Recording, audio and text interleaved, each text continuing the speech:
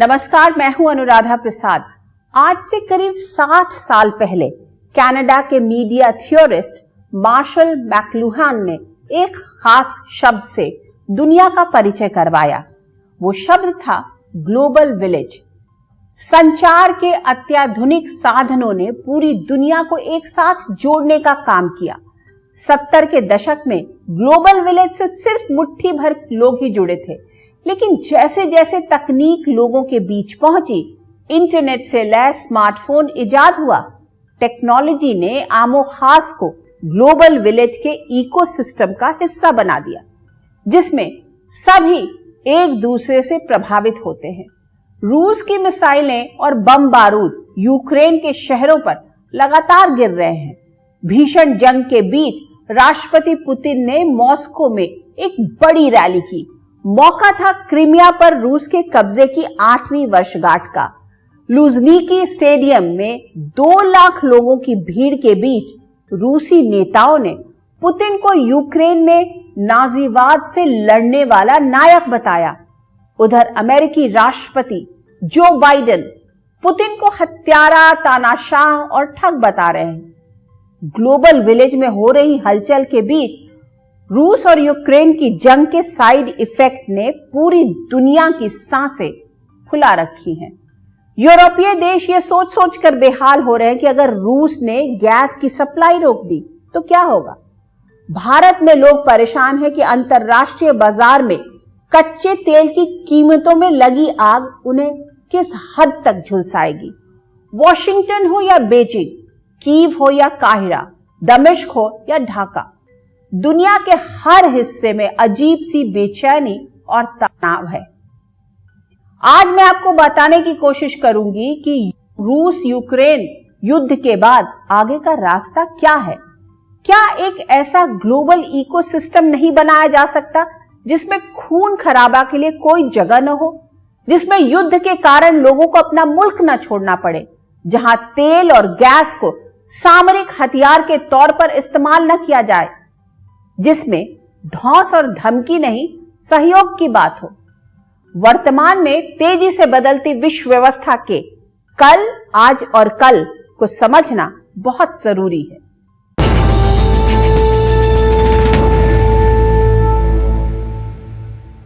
युद्ध के मैदान में जो कुछ होता है वो तो इंसानी आंखों से साफ साफ दिख जाता है, लेकिन कूटनीति में जो दांव पेच आजमाए जाते हैं वो खुली आंखों से नहीं दिखता।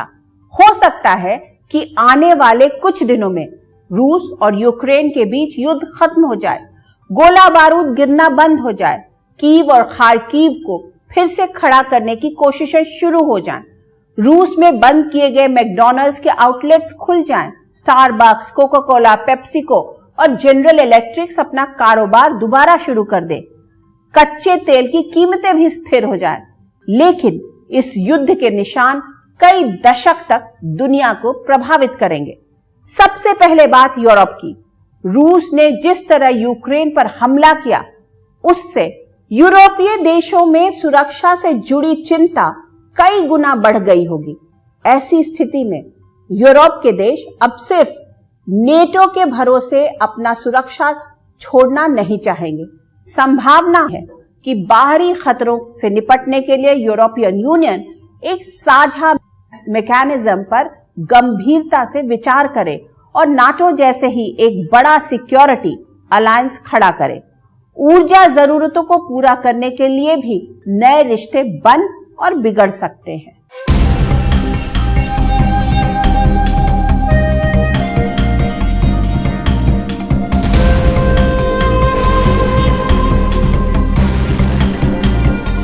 रूस की मिसाइलें लगातार यूक्रेन के शहरों को निशाना बना रही हैं। यह सिलसिला 24 फरवरी से जारी है। रूस की मिसाइलें यूक्रेन से सटे नेटो के सदस्य देशों की सरहद के करीब तक पहुंच रही हैं। यूरोप समेत दुनिया के कई देशों के शासनाध्यक्ष रूस के राष्ट्रपति पुतिन को समझाने की कोशिश कर रहे हैं, युद्ध खत्म करने की अपील कर रहे हैं, लेकिन पुतिन अपने इरादे से टस से मस होने के लिए तैयार नहीं है। ऐसे में अमेरिकी राष्ट्रपति बाइडेन उन्हें हत्यारा, तानाशाह तक कह देते हैं।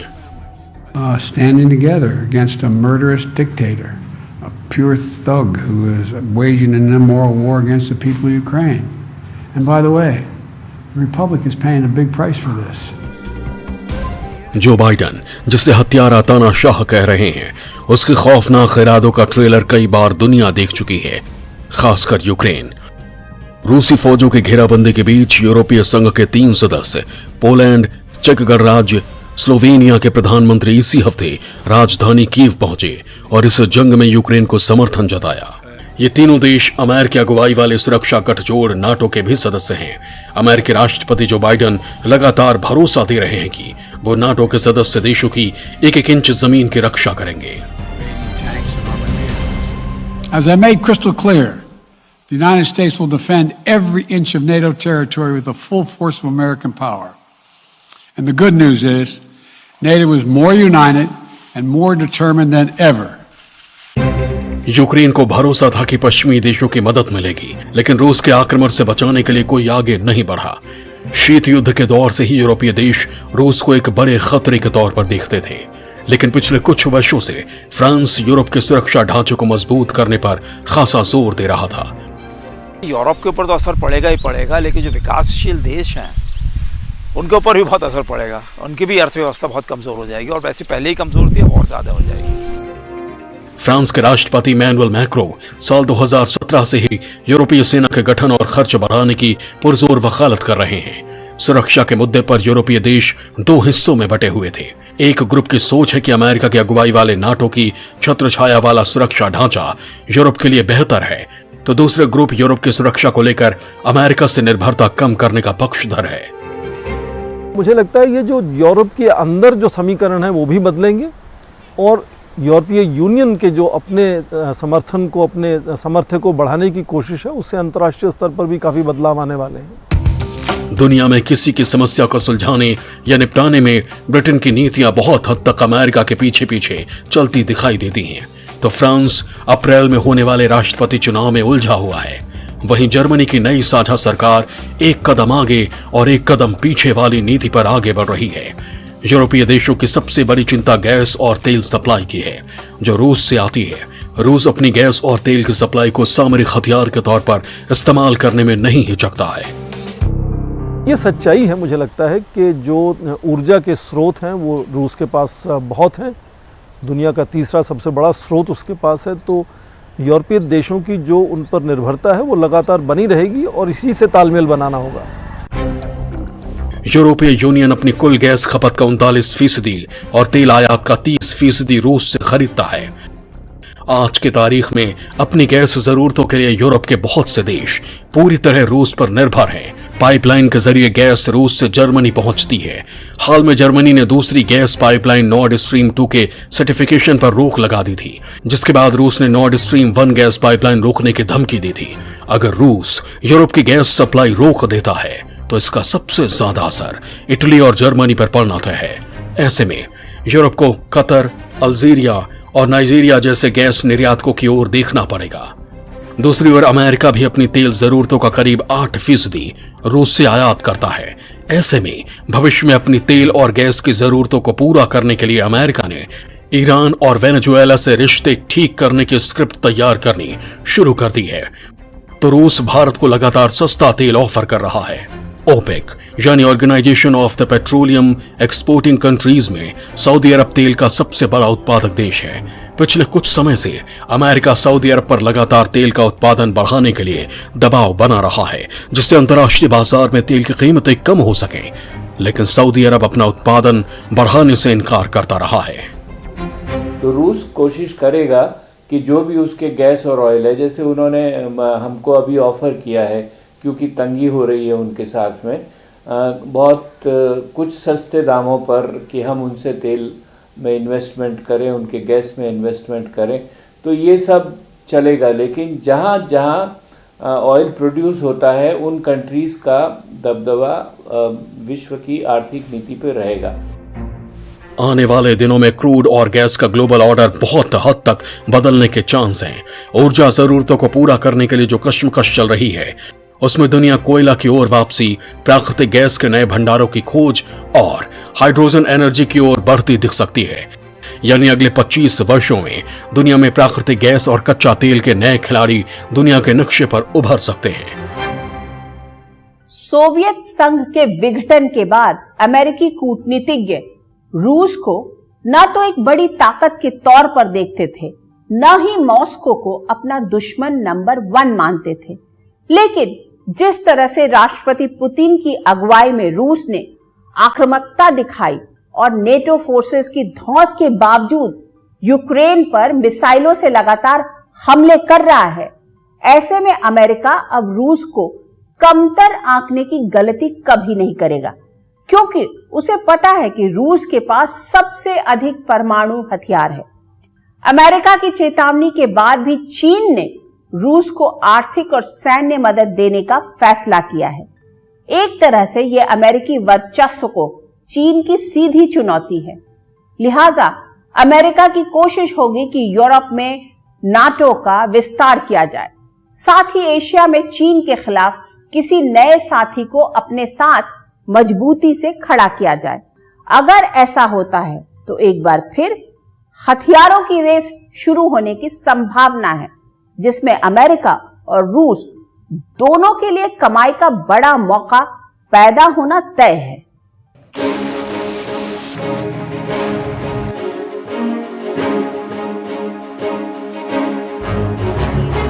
यूरोप के ज्यादातर देशों के हुक्मरानों की आंखों से नींद गायब है। उन्हें डर सता रहा है कि कहीं कोई आक्रमण न कर दे, दुश्मन के लड़ाकू विमान उनकी सीमा में बम न बरसाने लगे, दुश्मन के टैंक उनके शहरों को खंडहर में न बदलने लगे। Poland, Romania, Bulgaria, Lithuania, Estonia, Latvia जैसे कई देश खौफ के साए में हैं। वहीं रूस के समर्थन वाले देश भी अपने तरकश को भरने की कोशिशों में जुट गए हैं। देखना यह भी होगा कि न्यूक्लियर पावर्स अपने न्यूक्लियर वेपन्स को कैसे कंट्रोल करते हैं इस युद्ध में, तो वो भी एक बड़ा निर्णायक होगा। अगर थ्रेट न्यूक्लियर डेटरेंस से आगे बढ़ जाए, युद्ध तक आ जाए, तो एक नया न्यूक्लियर वेपन्स अपनाने का भी एक नया दौर शुरू होगा, जो अब तक रुक गया था शायद पिछले 30-40 सालों में। हथियारों की खरीद बिक्री बढ़ाने के लिए दुनिया की बड़ी कंपनियां दो देशों के बीच विवाद को हवा देने में भी भीतर खाने भूमिका निभाती रही है। युद्ध शुरू होते ही हथियारों के डीलर्स और कंपनियां सरकारों की लामबंदी में जुट जाती हैं। ऐसे हालात पैदा कर दिए जाते हैं जिसमें खौफ के साए में जी रहे मुल्क मोटी कीमत देकर हथियार खरीदने के लिए मजबूर हो जाते हैं। माने न माने, एक हथियारों की होड़ पूरी दुनिया में फिर से शुरू होने वाली है। जो 90 के बाद हम लोग मान रहे थे कि वैश्वीकरण की दुनिया में जब पूरे देश एक दूसरे से करीब आ रहे हैं तो और युद्ध को टाला जा रहा है और कई तरह से उस पर चेक्स एंड बैलेंस लग रहे हैं, वो शायद अब कम होगा। लोगों का कन्वेंशनल वॉरफेयर पर फिर से विश्वास आ जाएगा। रूस से जंग लड़ रहे यूक्रेन को ही यूरोपीय यूनियन ने 45 करोड़ यूरो का हथियार भेजने का फैसला किया है। अमेरिका ने भी $35 करोड़ के हथियार देने का ऐलान किया है, तो पिछले साल भी अमेरिका $65 करोड़ के हथियार भेज चुका है। अमेरिका और यूरोपीय देशों में हथियार और सैन्य उपकरणों का निर्माण प्राइवेट कंपनियां करती हैं।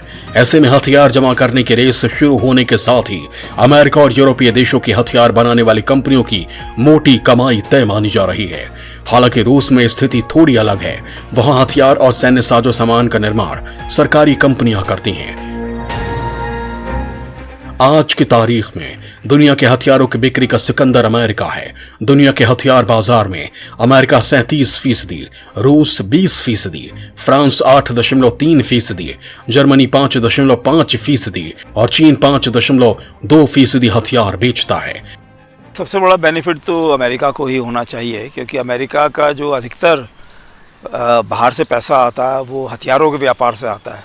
और मैं ये कहूँगा कि जो अमेरिका के बाद के 4-5 देश हैं, उन सबका भी मिला के अगर आप कहें कि कितने हथियार बेचते हैं, वो अमेरिका से कम बेचते हैं। चाहे वो रूस हो, चीन हो, जो भी कोई हो, वो अमेरिका से ज़्यादा कोई नहीं बेचता है, सब मिलजुल के भी। तो मैं कहूँगा कि अमेरिका का फ़ायदा होगा। इतिहास गवाह रहा है कि कई बार जब अमेरिकी अर्थव्यवस्था लड़खड़ाई है तो उसे संभालने में दुनिया के किसी न किसी हिस्से में छिड़े युद्ध ने अहम भूमिका निभाई है, जिसका फायदा सबसे ज्यादा हथियार बनाने और बेचने वाली कंपनियां उठाती रही हैं। साल 2019 में अमेरिका की लॉकहीड मार्टिन ने 53.23 अरब डॉलर के हथियारों की बिक्री की। बोइंग ने 33.15 अरब डॉलर, नॉर्थरोप ग्रामन ने 29.22 अरब डॉलर, तो जनरल डायनामिक्स ने 24.50 अरब डॉलर का हथियार दुनिया भर में बेचा। वहीं चीन की एवीआईसी ने 22.47 अरब डॉलर, तो ब्रिटेन की बे सिस्टम्स ने 22.24 अरब डॉलर का हथियार बेचा। पिछले कुल वर्षों में अमेरिका का हथियार बाजार में वर्चस्व तेजी से बढ़ रहा है, वहीं रूस का कम हो रहा है। वहीं स्मार्ट और गाइडेड हथियार बनाने में इजराइल नए नए प्रयोग कर रहा है। उसका स्मैश सिस्टम एक सैनिक की तरह अपना टारगेट चुनने से लेकर खत्म करने का काम करता है। स्मैश सिस्टम एक ऐसी तकनीक है जिसमें एक गोली एक दुश्मन खत्म, वो भी बिना किसी नुकसान के। इसी तरह इजराइल में बने एडवांस ड्रोन निगरानी से लेकर दुश्मन के सफाई तक में किसी फाइटर जेट से कम नहीं है। इसी तरह लेजर वेपन से लेकर साइबर युद्ध लड़ने के लिए इजराइल में बने हथियारों को दुनिया के कई देश अपने तरकश में डालने के लिए बेताब हैं। स्मार्ट वेपन विकसित करने में इजराइल ने दुनिया के नक्शे पर अपनी अलग पहचान बनाई है।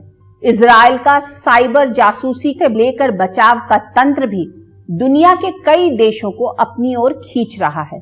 युद्ध की स्थिति में बचाव के लिए बंकर बनाने का काम बड़े पैमाने पर चल रहा है। आलम यह है कि लोग निजी तौर पर भी बंकर बनवा रहे हैं, ऐसी दवाइयां खरीद रहे हैं जो रासायनिक हमले के दौरान जान बचाने में मददगार साबित हों। मतलब पूरा यूरोप एक तरह से युद्ध के खौफ में जी रहा है। महाशक्तियों की वर्चस्व की लड़ाई ने लाखों लोगों को बेघर कर दिया है। यूक्रेन में युद्ध छिड़ने के बाद पड़ोसी देश पोलैंड में 15 लाख से अधिक लोग शरण ले चुके हैं। रोमानिया में 4.5 लाख लोग, मोल्दोवा में 3,37,000, तो हंगरी में 2.5 लाख से ज्यादा। ब्रिटेन ने तो यूक्रेनी शरणार्थियों को अपने घरों में पनाह देने वाले परिवारों को 350 पाउंड यानी करीब 35,000 रुपया महीना भत्ता देने का ऐलान भी किया है। पिछले साल अगस्त में जब तालिबान ने काबुल पर कब्जा किया था, उस वक्त डरकर मुल्क छोड़ने वालों की दर्दनाक तस्वीरें दुनिया के सामने आई थी। ऐसे में सवाल उठता है कि क्या ग्लोबल विलेज के इकोसिस्टम में बदलाव की कोई ठोस पहल होगी जिससे लोगों के सामने अपना मुल्क छोड़ने की नौबत न आए।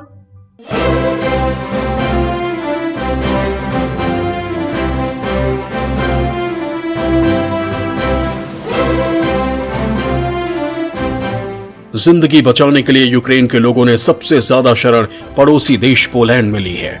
युद्ध से जूझ रहे मुल्क को छोड़ने वालों की तादाद लगातार बढ़ती जा रही है। सिर्फ पोलैंड ही नहीं, Hungary, Romania, Slovakia, Moldova, Belarus समेत दूसरे यूरोपीय देश में शरण ली है। हालात इतने बिगड़ चुके हैं कि हर सेकंड 2 लोग दूसरे देशों में शरण ले रहे हैं। हर सेकंड एक बच्चा शरणार्थी बन रहा है। ऐसे में यूरोपीय यूनियन ने शरणार्थियों की मदद के लिए उनके रहने, नौकरी और इलाज का इंतजाम करने के लिए खास नीति तैयार की है। जितने भी शरणार्थी गए हैं यूक्रेन से, उसको उनके पड़ोसी देशों ने आमंत्रित किया है और उनके साथ अच्छा बर्ताव करने के वादे किए हैं। इंग्लैंड ने तो यहाँ तक कि कुछ स्पेशल असिस्टेंस भी शुरू कर दी है कि जो भी शरणार्थियों को रखेगा उनको सरकार कुछ मदद करेगी।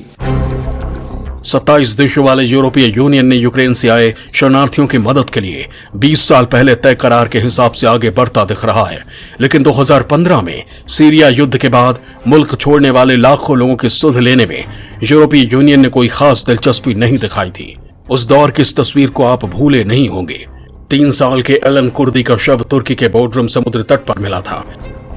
मासूम एलन कुर्दी के माता पिता जान बचाने के लिए युद्ध की आग में जल रहे सीरिया से दूसरे देश में शरण लेने के लिए निकले थे, लेकिन उन लोगों की नाव समंदर में डूब गई, जिसमें मां और बेटे की मौत हो गई थी और एलन का शव टर्की में समंदर किनारे पहुंच गया। पिछले साल अगस्त में जंग की सबसे भयावह तस्वीर अफगानिस्तान में दिखी, जब तालिबान के कब्जे के बाद मुल्क छोड़ने के लिए लोग हवाई जहाज के ऊपरी हिस्से पर सवार हो गए और विमान टेक ऑफ के बाद उन्हें आसमान से गिरकर मरते पूरी दुनिया ने देखा।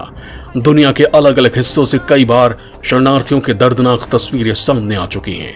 उनके दर्द में गंभीर मंथन हो चुका है, लेकिन बड़ा सवाल यह है कि क्या शरणार्थियों की समस्या का स्थायी समाधान खोजने के लिए दुनिया के बड़े नेता ईमानदारी से काम करेंगे?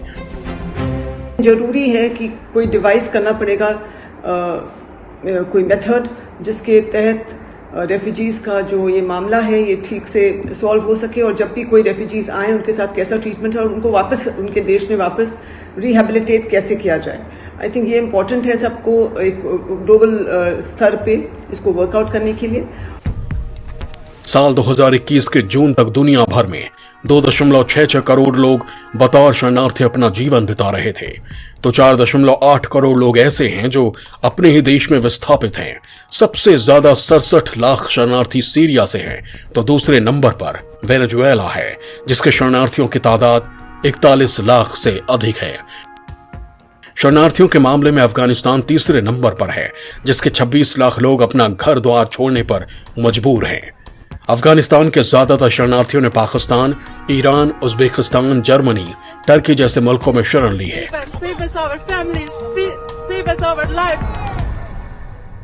यूएन के दावे के मुताबिक रूसी आर्मी के हमलों से बचने के लिए तकरीबन 32 लाख से ज्यादा लोग यूक्रेन छोड़ चुके हैं। संयुक्त राष्ट्र ने इसे दूसरे विश्व युद्ध के बाद का सबसे तेजी से बढ़ता शरणार्थी संकट कहा है। अगर हालात जल्द नहीं सुधरे तो वो दिन दूर नहीं जब लोग अपनी सुरक्षा में तालिबानी लड़ाके की तरह हथियार लहराते दिखेंगे। नफरत, खून खराबा और हथियारों के दम पर सत्ता हासिल करने की एक ऐसी होड़ शुरू होने की आशंका है जिसमें लोग अपनी जाति, धर्म, पहचान, भाषा, क्षेत्र के आधार पर एक दूसरे से रिश्ता जोड़ते और तोड़ते दिख सकते हैं। कुछ ऐसे हालात उत्पन्न हो सकते हैं जिसकी कल्पना 3 दशक पहले American political scientist Samuel P Huntington ने अपनी थ्योरी क्लैश ऑफ सिविलाइजेशंस में की थी। ग्लोबल विलेज के इकोसिस्टम का संतुलन तेजी से बिगड़ रहा है। इसे दुरुस्त करना बहुत जरूरी है। भारत की मुश्किल यह है कि वो रूस के साथ खड़ा रहे या अमेरिका के साथ। मतलब स्थिति एक ओर कुआं और दूसरी ओर खाई वाली है। पर दिल्ली चाहे तो ग्लोबल विलेज के इकोसिस्टम को संतुलित करने के लिए निष्पक्ष और असरदार भूमिका निभा सकता है।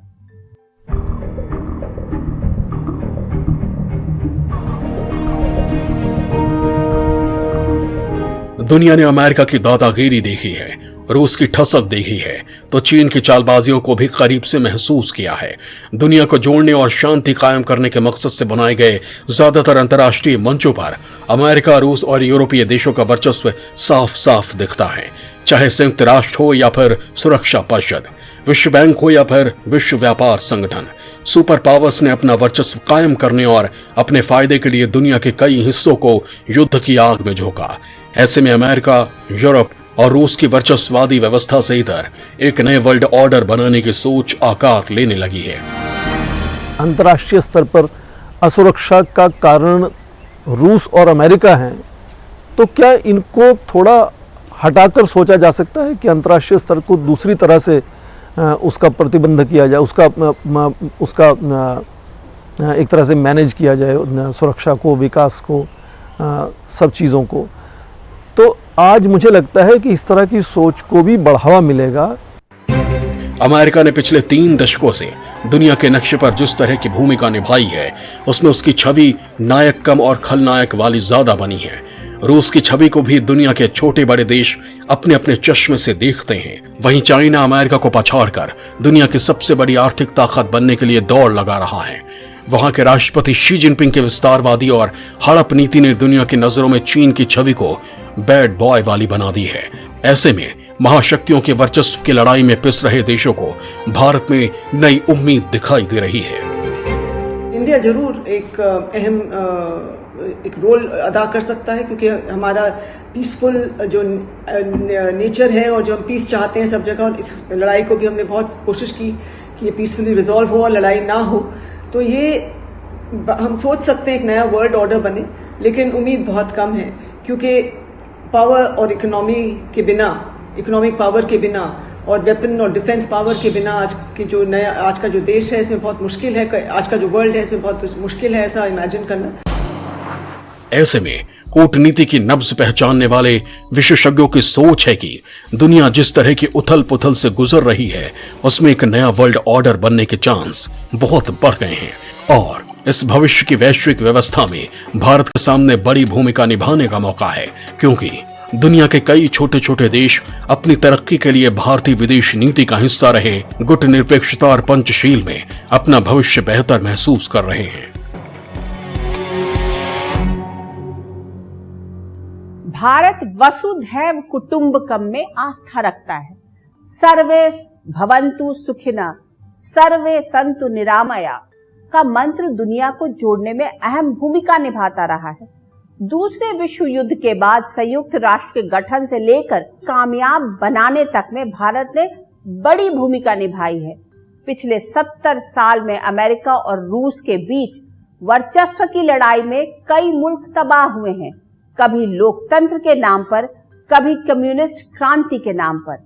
महाशक्तियों ने अपने मतलब के लिए कभी अलकायदा तो कभी ISIS जैसे आतंकी संगठन को खड़ा किया। अपने फायदे के लिए किसी पर प्रतिबंध लगाया तो किसी पर आक्रमण कर दिया।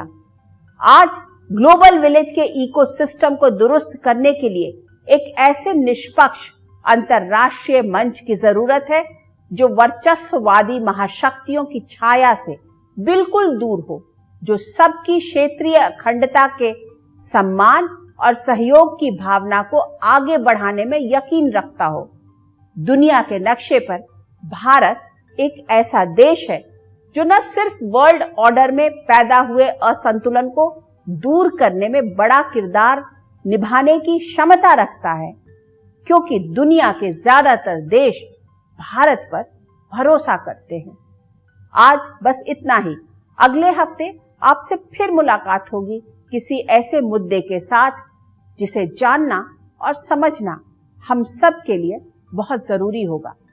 तब तक के लिए मुझे दीजिए इजाजत, और निष्पक्ष खबर, सटीक विश्लेषण और अपने हक से जुड़े मुद्दों के लिए आप देखते रहिए न्यूज़ 24। नमस्कार।